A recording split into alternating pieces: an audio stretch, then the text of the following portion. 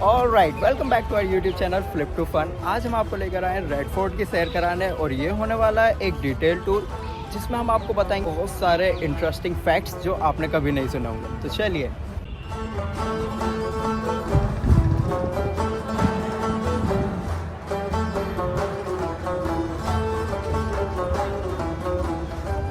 तो अभी हम एंट्री करने वाले हैं लाहौरी गेट से, जो कि नॉर्मल लोगों के लिए। एक गेट और है इसका, जो कि है दिल्ली गेट, जो सिर्फ वीआईपीज़ के लिए है बेसिकली। तो अभी चलते हैं इसके अंदर से होते हुए।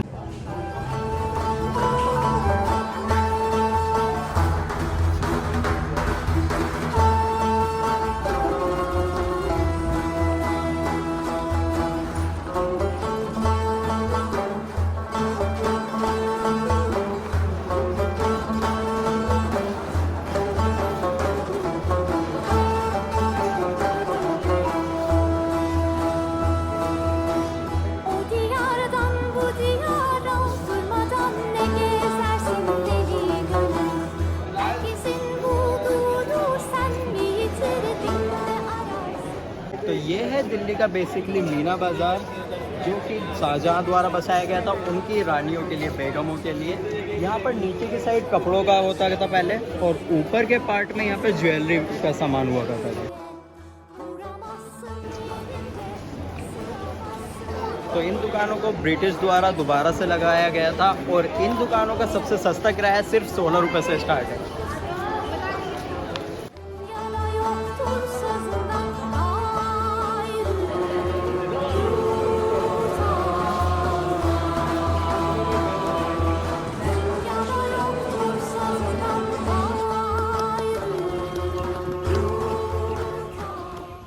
ये बिल्डिंग ब्रिटिश द्वारा बनवाई गई थी। बेसिकली ये अब तो म्यूज़ियम के रूप में यूज़ होती है, बट उस टाइम पे उनके सैनिक इसमें रहा करते थे, बटालियंस उनके।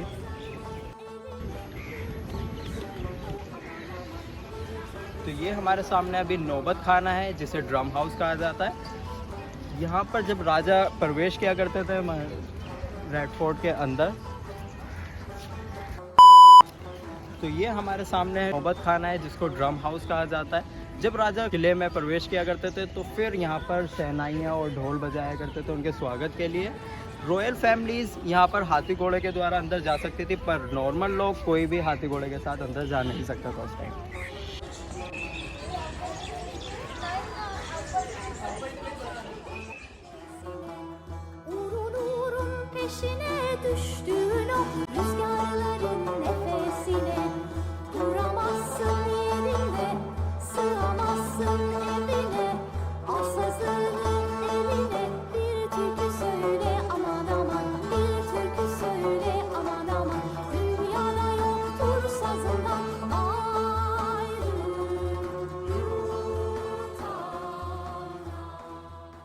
तो अभी आपके सामने है दीवाने आम, बट हम अभी उस पर जाने से पहले मैं आपको एक चीज़ और दिखाना चाहूँगा कि जैसे ये हम यहाँ पे आप देख सकते हैं, ये जितनी भी फूल पत्तियाँ यहाँ बनी हुई हैं वो सब खिली हुई हैं एकदम, क्योंकि यहाँ खुशी का माहौल बनाया गया था।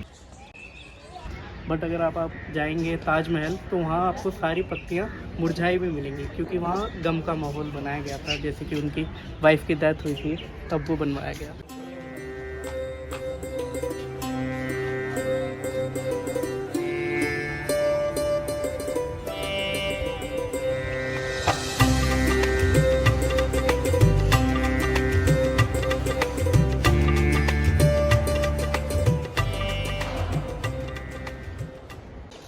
तो यही है दीवाने आम, जहाँ पर राजा बैठकर अपना फैसला सुनाया करते थे बीच में, और यहाँ पर उनके प्रजा होते थे या जो लोग जिनकी दलीलें वो सुनने के लिए बैठा करते थे। और अगर आप यहाँ देखेंगे, जो एक गेट सा बना हुआ है, यहाँ पर कैदी को रखा जाता था, और यहाँ पर औरतों का आना या रानियों का आना बिल्कुल मना था। वो सिर्फ वहाँ उस खिड़की में से उस फैसले को सुना करती थी और देखा करती थी।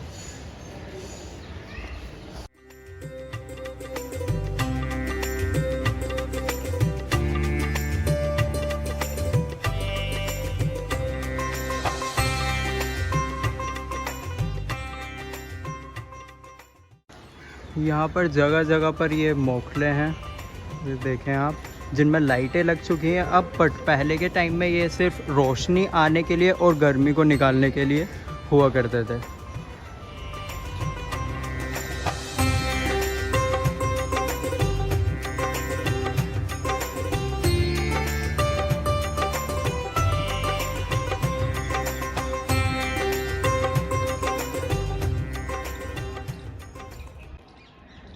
तो ये है राजा का स्नान गृह। यहाँ पर इसके अंदर जो पानी लाया जाता था वो सीधा पीछे यमुना नदी से लाया जाता था।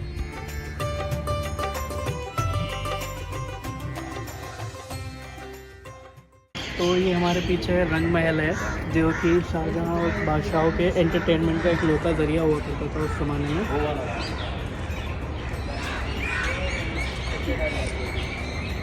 तो ये जो चैनल्स आप इसके अंदर देख रहे हो, बेसिकली इसमें हर वक्त पानी बहा करता था ताकि ये बिल्डिंग को ठंडा रखा जा सके, क्योंकि उस वक्त यही एक ज़रिया होता था बिल्डिंग को ठंडा रखने के लिए। और यही पानी इसमें से होते हुए यहाँ तक जाता था, जो है नहर बिश्त है, जिसे जन्नत की नदी कहा जाता था उस ज़माने में। तो आप अगर ऊपर की तरफ देखेंगे तो आपको यहाँ एक ये बड़े बड़े कुंदे लगे हुए दिखेंगे।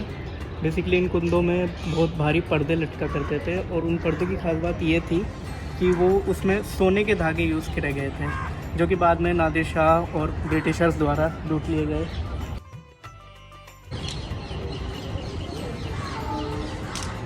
इन दीवारों में भी पेंटिंग्स लगा हुआ करती थी, बहुत अच्छी अच्छी। बाकी आप अभी तो सिर्फ इमेजिन ही कर सकते हैं कि ये कितना सुंदर हुआ करता होगा। तो जैसा मैंने अभी आपको बताया कि पहले के ज़माने में बादशाह के लिए एंटरटेनमेंट का एक यही ज़रिया हुआ करता था। बाकी जब यहाँ बहुत ज़्यादा गर्मी बढ़ जाती थी तो बादशाह अपने ख़ास लोगों के साथ इस द्वार से होते हुए नीचे तहखाने की तरफ चले जाते थे, जो कि बाद में ब्रिटिशर्स के द्वारा अपने हथियारों को रखने के लिए यूज़ करा गया। अच्छा,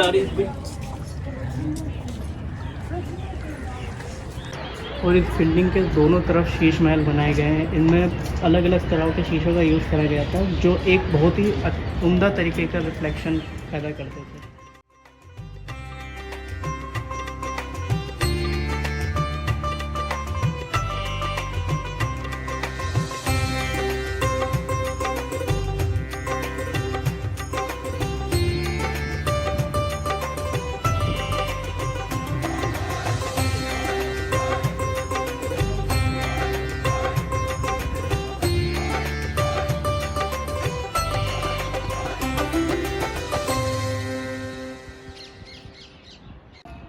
आपके सामने जो ये महल है इसका नाम है खास महल, जो कि राजा के जहाँ पर बेडरूम हुआ करता था, और ये बराबर में उनकी प्राइवेट मस्जिद थी जिसमें वो अपनी इबादत किया करते थे। और इसके पीछे अगर आप देखेंगे इस जगह, तो यहाँ पर यमुना नदी बहा करती थी, जो कि अब 1 किलोमीटर आगे बढ़ा दी गई है।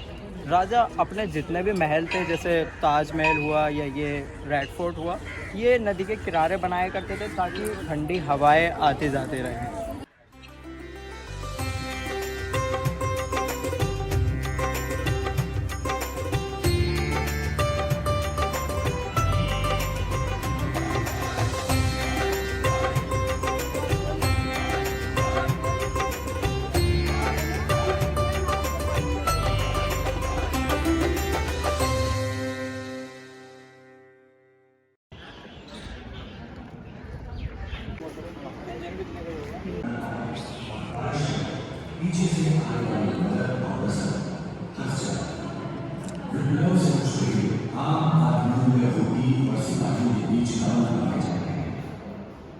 अंग्रेज हैरान थे, ये सब कुछ हो रहा है, और ये जमीन से जुड़ी क्रांति के शस्त्र विद्रोह होने ही वाला है। तैयार रहो और जुट जाओ फिरंगी के खिलाफ लड़ने के लिए। ये संदेश चारों तरफ फैल रहा था।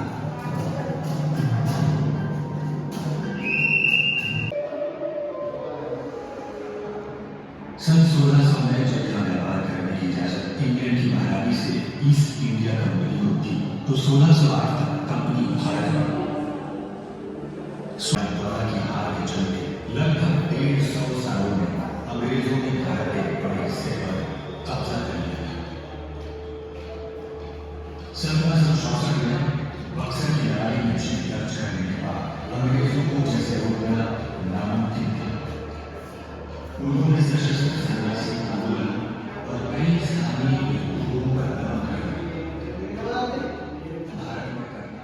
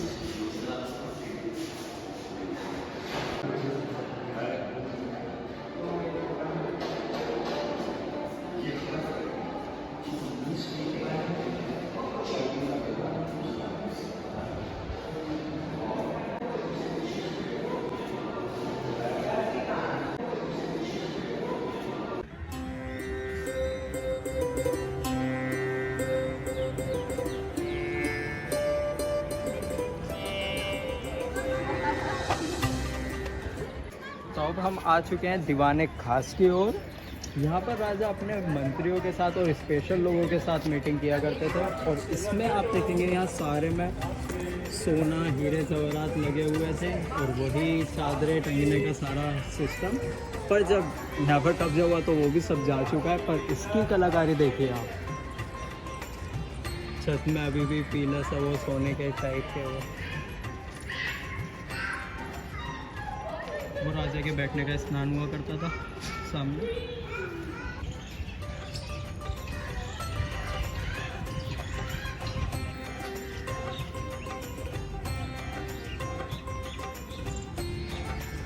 तो मेरे पीछे ये है मोती मस्जिद, जो कि अपने आप में एक बहुत ख़ास मॉन्यूमेंट है। और ख़ास ये इसलिए है क्योंकि इसे औरंगजेब ने बनवाया था, और इसको बनवाने में जितना भी खर्चा आया था वो सिर्फ औरंगजेब की अपनी खुद की कमाई से था।